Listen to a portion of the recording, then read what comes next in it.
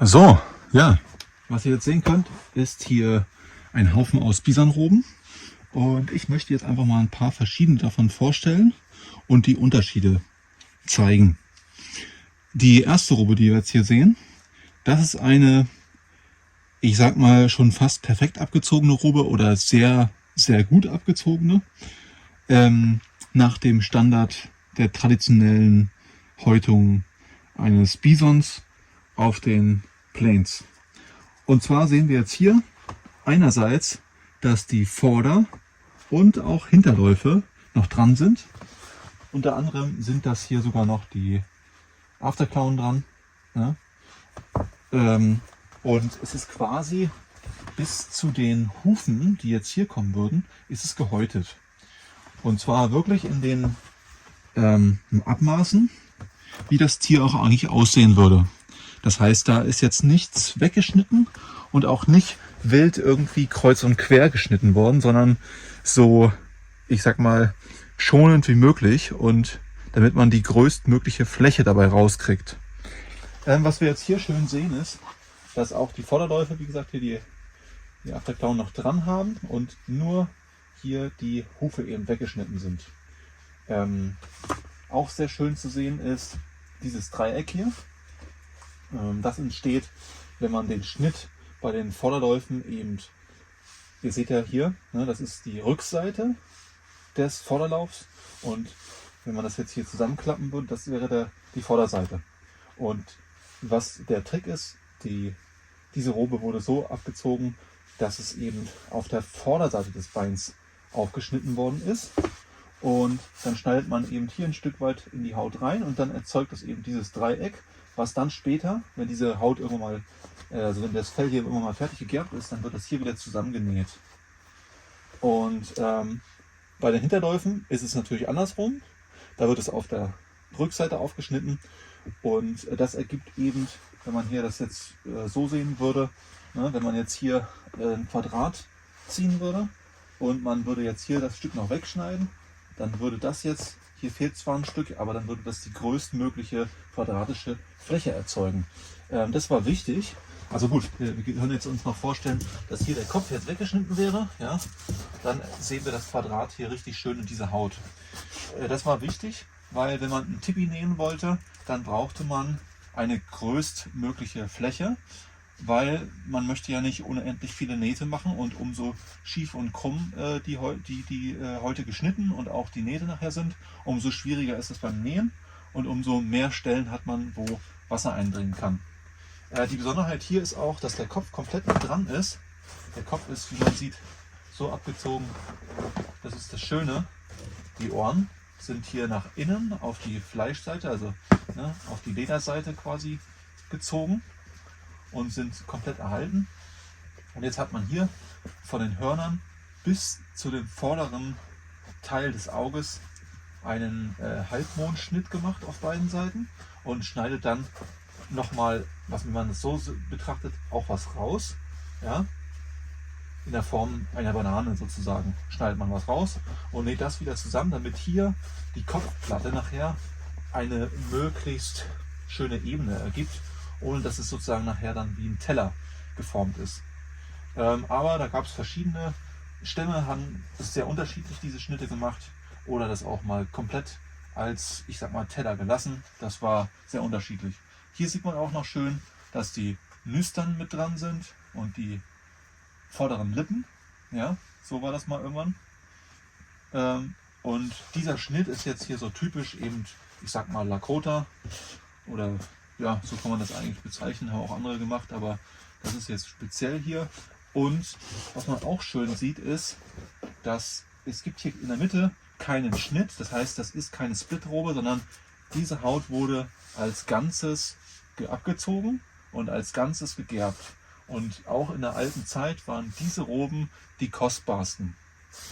Und die ist jetzt hier von einem 2-jährigen Weibchen. Und daher ist das Leder schön dünn und dadurch ist die Haut sehr leicht und wiegt, obwohl Vorderläufe, Hinterläufe und Kopf mit dran sind, wiegt die ganze Haut 4,5 Kilo. Ne? Das ist halt richtig schön leicht. kommen wir jetzt zu der nächsten. Hier sehen wir jetzt eine Splitrobe. Das heißt, wir haben keinen Schwanz mehr dran. Ja? Und die wurde einmal in der Mitte durchgeteilt.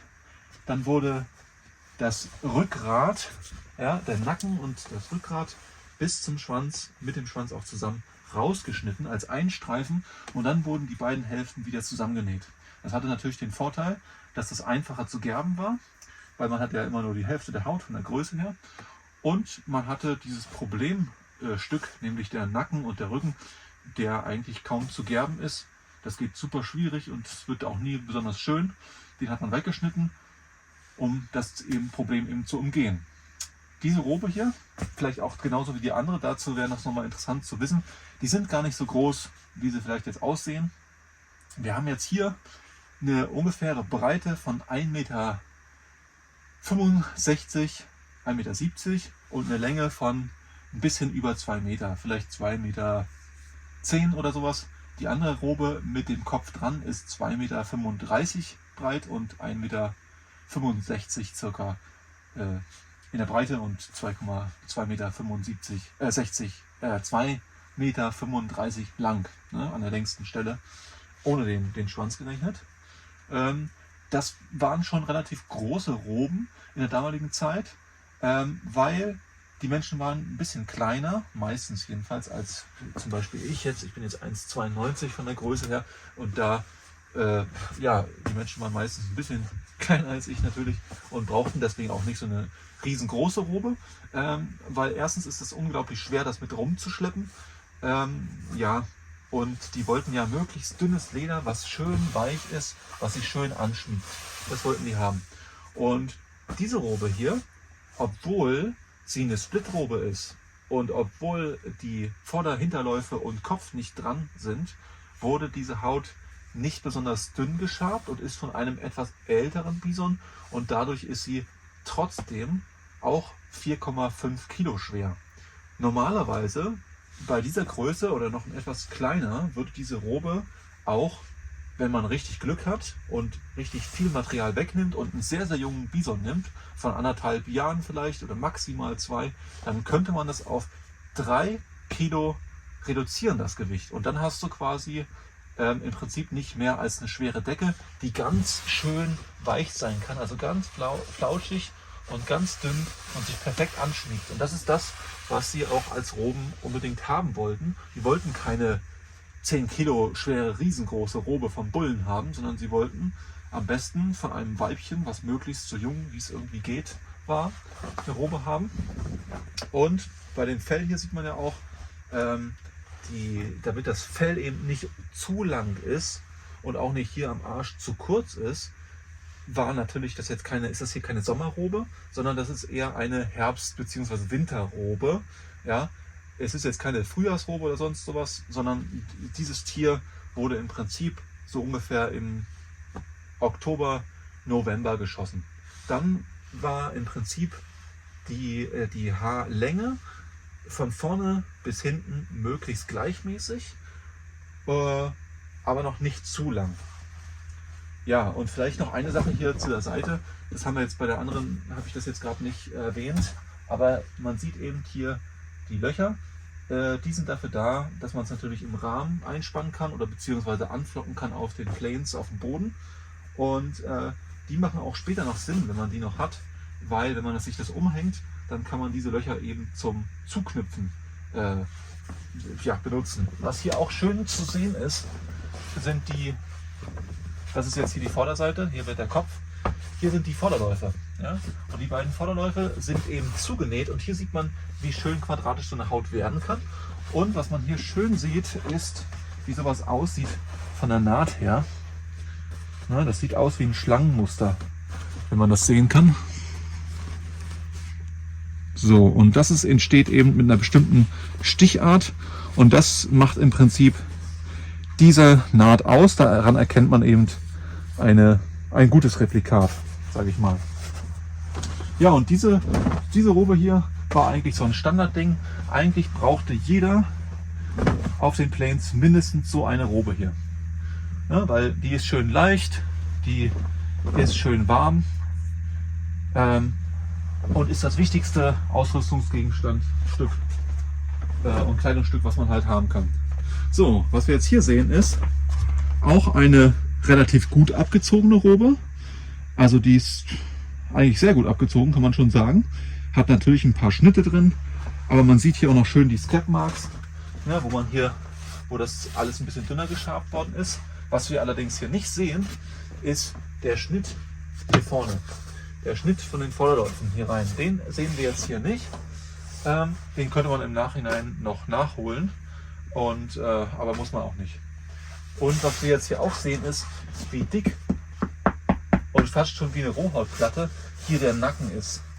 Ja, also das ist total dickes Material. Und wie gesagt, wenn man diesen Streifen rausschneidet, wird sie viel leichter und viel angenehmer zu tragen. Ja, viel mehr gibt es eigentlich dazu nicht zu sagen, außer dass auch hier eben wieder Löcher drin sind, womit das eben angeflockt war. Ist auch eine gute Robe, aber könnte man eben durch diese Schnitte hier vorne nochmal etwas verbessern. Aber ansonsten ist sie schön quadratisch. Aber weil sie, ich weiß jetzt nicht genau, ob die hirngegerbt ist, ich glaube, die war sämisch gegerbt. Zumindest ist die hier nicht besonders dünn geschabt. Also die ist sehr, sehr dick vom Material her. Und das Problem dabei ist, dass die dann unglaublich schwer ist. Also diese Robe hier wiegt wahrscheinlich 6,5, 7, 7,5 Kilo oder so. Und ist dadurch natürlich kein Leichtgewicht. Ja, und von daher, man sieht auch vom Volumen her, was das für ein Riesenberg ist. Also das mit sich rumzuschleppen als Robe ist dann schon eher eine Quälerei, sage ich mal so. Ne? Muss nicht sein. So, und jetzt kommen wir mal hier zu einer Robe. Das finde ich eigentlich ganz spannend, denn wir haben jetzt hier eine Robe, die ist nicht total schlecht abgezogen, aber auch nicht besonders gut. Wir sehen einerseits, der Schwanz ist dran und auch hier sind natürlich Schnitte, die durch das Abziehen oder durch das Gerben entstanden sind so notdürftig ein bisschen geflickt. Wir sehen hier auch den Buckel drin. Wahrscheinlich war das ein bisschen älteres Tier. Und ja, hier wurde der Kopf zumindest bis zu den mehr oder weniger Backen, wurde tatsächlich noch was dran gelassen. Das ist schon mal ganz schön. Aber auch wie das hier geschnitten ist, sieht nicht besonders gut aus. Und man sieht auch hier, dass das einfach irgendwo auf ein Brett genagelt worden ist oder auf Paletten oder sowas.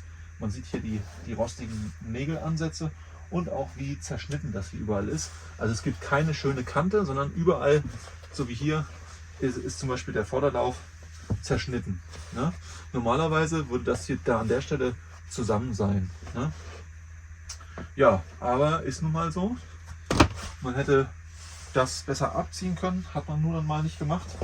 Und hier dann sieht man eben, vor allen Dingen hier sieht man es schön, dieser Ausschnitt, der eben eigentlich mit nichts zu korrigieren ist. Man könnte hier ein Stück einsetzen, aber es wird halt niemals so eine schöne quadratische Fläche ergeben, egal wie man schneidet. Man müsste dann schon hier ein Stück wieder wegschneiden. Im Nachhinein, das kann man natürlich machen, wenn man hier das wegschneiden möchte, aber dann hat man das Problem, dass dann später die Spannlöcher ausreißen, weil es ja einmal jetzt schon gegerbt ist und einmal gegerbt, dann ist das Leder eben, ja, dann kann man das eben mit den Spannlöchern nicht mehr so gut hinbekommen. Was sehen wir hier noch? Diese Haut ist schon ein bisschen älter und sie fängt an, Feuchtigkeit zu ziehen. Ja? Also ganz leicht feucht ist die auch. Und das heißt, hier war halt mal Salz drin und dieses Salz ist halt zum Teil immer noch da drin und zieht deswegen durchgehend Feuchtigkeit an und das sorgt dafür, dass die Haut mit der Zeit brüchig wird und dann reißt. Ja, das heißt, diese Haut wird nicht ewig halten. Dazu kommt auch noch, die ist halt ja, modern gegerbt und die Haut wurde nicht gescrapt, das heißt, sie wurde nicht dünner geschabt und dadurch haben wir schon ganz schön fett Volumen. Also wir haben sehr, sehr, sehr dickes Leder. Hier an manchen Stellen ist es ganz fett. Und dadurch ist diese Haut sackenschwer. Also das Ding ist wirklich einfach richtig schwer. klar, vom Fell her ist da, kann man nichts gegen aussetzen. Aber hier sieht man auch, ne, hier sind Kahlstellen, die wahrscheinlich durchs Gerben passiert sind. Also da ist halt beim Gerben wahrscheinlich sind da Fehler aufgetreten. Da hat jemand nicht schnell genug gearbeitet und dann sind halt die Haare ausgefallen. So ist das halt. Ne? Das ist jetzt auch hier über die ganze Haut zu sehen. Das ist einfach ein Fehler, dass das nicht schnell genug gemacht worden ist. Und deswegen ist die Epidermis ein bisschen beschädigt. Sieht man auch hier an den Stellen hier, wie das da, man könnte wahrscheinlich hier jetzt, wenn das feucht ist, einfach so die Haare mit der Epidermis abziehen. Aber ansonsten hält sie noch die Haut. Aber sowas hier, sich als Robe umzuschmeißen, das macht keinen Spaß. Das sieht nicht gut aus und ist super schwer und deswegen dafür nicht geeignet. Und hier sind wir jetzt das gute Beispiel von einer modern abgezogenen Haut. Die Außenkanten sind total verschnippelt. Das ist nicht irgendwie gleichmäßig. Und normalerweise wäre es natürlich so, dass solche Stellen und hier an dem Hinterbein, dass das natürlich viel schöner abgezogen werden würde, damit die ganze Haut nachher besser wie ein Quadrat von der Fläche her wird. Weil wenn man sich damit zudecken will, dann machen ja solche Stellen hier und auch sowas Zerschnibbeltes nachher dann ja wenig Sinn. Man kann natürlich jetzt hier in dem Fall versuchen, das noch wegzuschneiden, also dort eben wieder ein Quadrat rauszuschneiden. Aber man wird natürlich das nie komplett so hinbekommen wie bei einer richtig gut traditionell abgezogenen Haut. Einfach weil da sind so viele Schnitte drin, die Lappen dort hinten zum Beispiel von den Vorderläufen, hängen einfach in irgendwelche Richtungen. Und da muss man jetzt ein bisschen improvisieren. Und jetzt wollte ich euch noch mal zeigen, wie man so eine Robe eigentlich trägt. Dazu habe ich jetzt hier die einfachste zu tragende Robe genommen, und zwar die Split-Robe, ne, die den Schnitt in der Mitte hat. Und jetzt nehme ich die Robe und zwar mit dem Arschteil, den sieht man hier, ja, sieht man auch den Unterschied zu vorne. Ist jetzt nicht gut zu erkennen, aber ja, hier sieht man ja die Vorderläufe, wie die zusammengenäht sind. Und hier hinten sieht man so ein bisschen noch die Outlines von den Arschbacken hier. Deswegen weiß man, dass es hinten ist. Und das sind ja die Hinterläufe.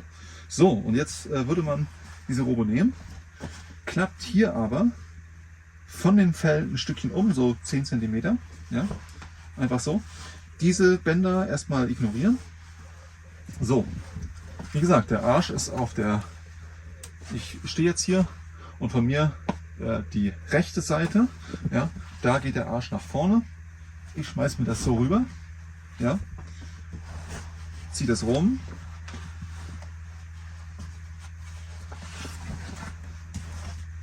Und zwar ziehe ich das so weit nach vorne, dass ich ungefähr den gleichen Abstand habe. So, und dann klappe ich das nach unten.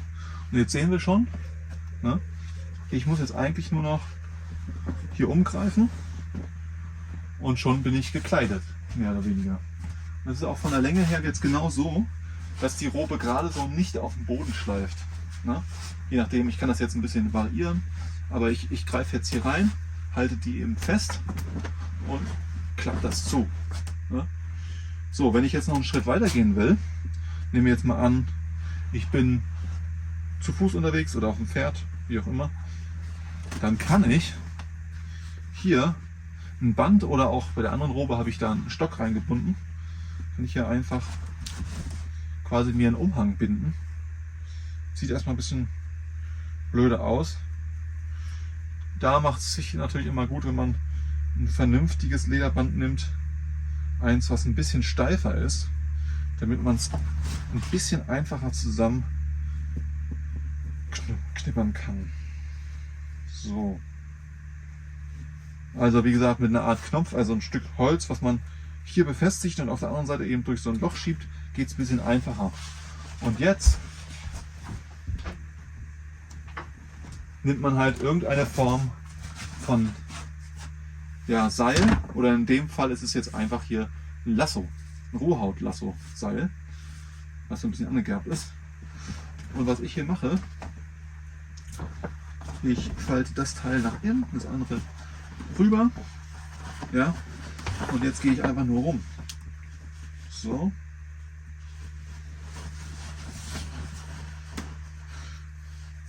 Und jetzt kann man natürlich das hier noch ein bisschen schlauer binden. Ich mache jetzt einfach das mal nur zur Anschauungssache. So, dann hat man halt sein Lasso immer dabei. Gut, das könnte noch ein paar Meter länger sein, aber das ist auf jeden Fall immer schlau. So. Okay. So, und was wir jetzt hier sehen, ist, ich habe jetzt hier auch meine Arme halbwegs frei und kann jetzt entscheiden, ob ich quasi das hier schließen will, ja, oder aber hier öffnen und dann zum Beispiel mit Bogenschießen quasi, ja, oder arbeiten, komme ich eben an alles ran. Und außerdem könnte ich jetzt quasi mein Messer oder noch irgendwelche anderen Sachen hier draußen am Gürtel befestigen und das Bogenfutteral oder sonstiges könnte ich mir hier über die Schultern eben ziehen. Und zwar so, dass ich hier auch eigentlich hier vorne gar kein Lederband bräuchte und dann würde es von alleine hier zu sein. Wenn man die Geschichte mit dem Holzstück hat, was wie als Knopf fungiert, dann ist das hier vorne für den Winter vor allen Dingen besser geschlossen. Jetzt seht ihr, hier entsteht eine Öffnung. Das macht jetzt nicht so viel Sinn, wenn es kalt ist, aber wenn man den Stock quasi hier anbindet und dann quasi so zumacht, dann seht ihr schon, was dann passiert. Ich habe quasi hier einen Kragen. Also ich kann hier entweder dann so rumlaufen oder aber auch, ich kann es auch hochziehen. Das ist ein bisschen schwieriger. So. Dazu muss man aber den Gürtel ein bisschen runterziehen. Und dann könnte ich quasi, ja, wenn ich jetzt das Bogenfutteral hier drüber machen würde, könnte ich das Ganze als Kapuze benutzen. Ist ein bisschen umständlich, geht aber. Ja, und das war eigentlich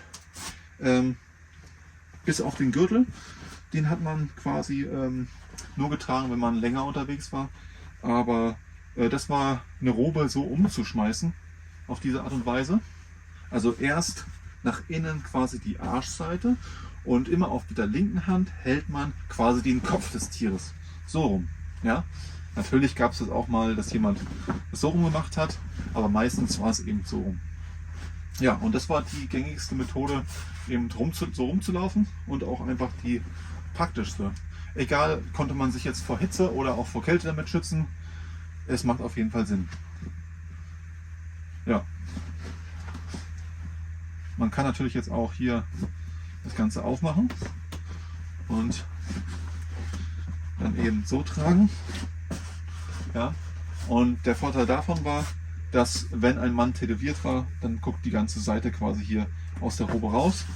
Und das war ja sowieso als Rechtshänder die Hand, mit der man gestikuliert hat oder aber auch einfach eine Waffe gehabt hat, halten hat, den Bogen gehalten hat oder was auch immer.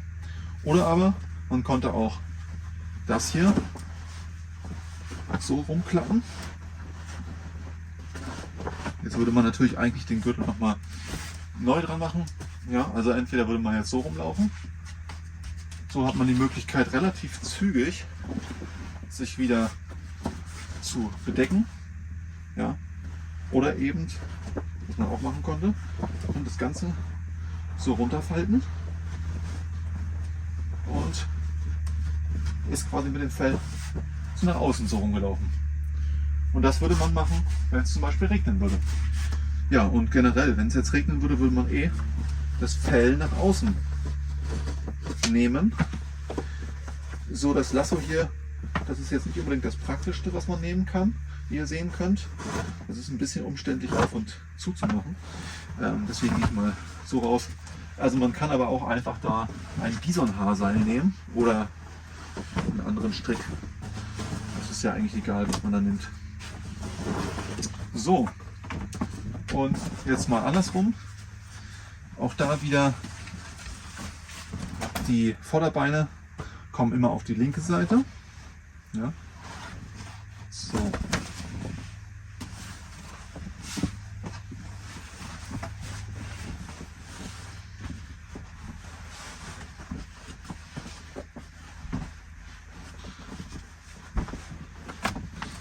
Und jetzt war man quasi, wenn es jetzt anfangen würde zu regnen, ein bisschen besser vor dem Regen geschützt.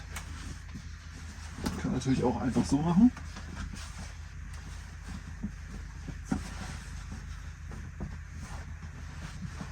Ja, so geht auch. So hat man quasi wie eine Kapuze.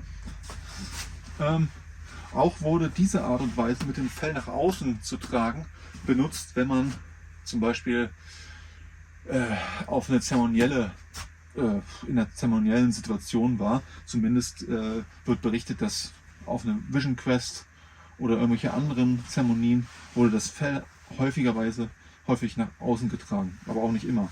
Jetzt gibt es noch eine interessante Version, und zwar, dass der Schwanz nach unten geht und normalerweise, wenn der Kopf nach oben ist, das zeige ich euch mal lieber mit der anderen Robe, das ist auch interessant, und zwar gibt es eine überlieferte Trageweise, aber meistens mit einem Kalbsfell.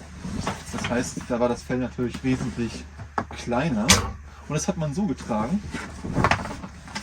dass der Kopf hier über den eigenen Kopf geht.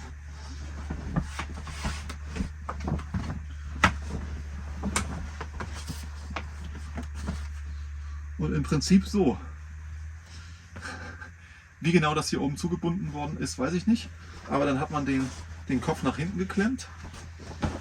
Nach hinten geklemmt oder gefallen. Und das Ganze dann so getragen.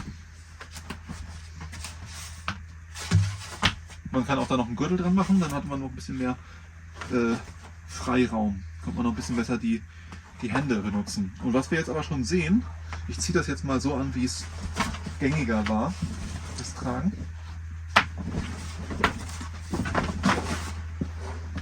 So. Was wir jetzt gleich sehen, also hier fehlen natürlich jetzt noch hier die zugenähten Stellen an den Vorderbeinen. Müsst ihr euch jetzt einfach denken. Ist halt noch nicht fertig.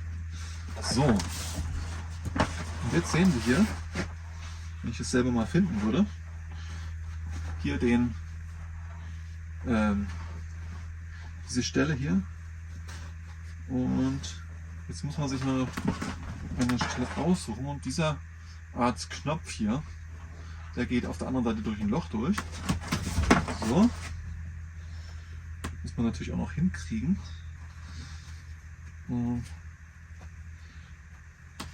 Tja.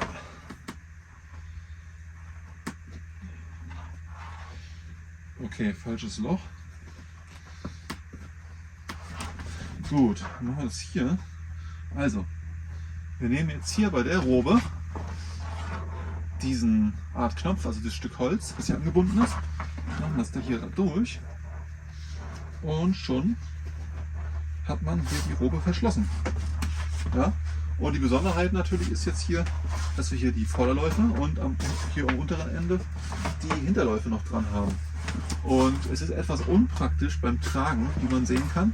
Ich klappe das jetzt mal hier so rum, wie es tragen wurde.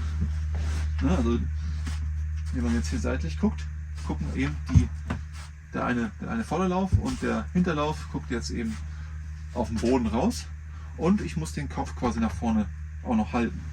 Ja? Aber so wurde tatsächlich eine Robe getragen, wenn sie mit Kopf und Beinen noch vollständig war. Ja.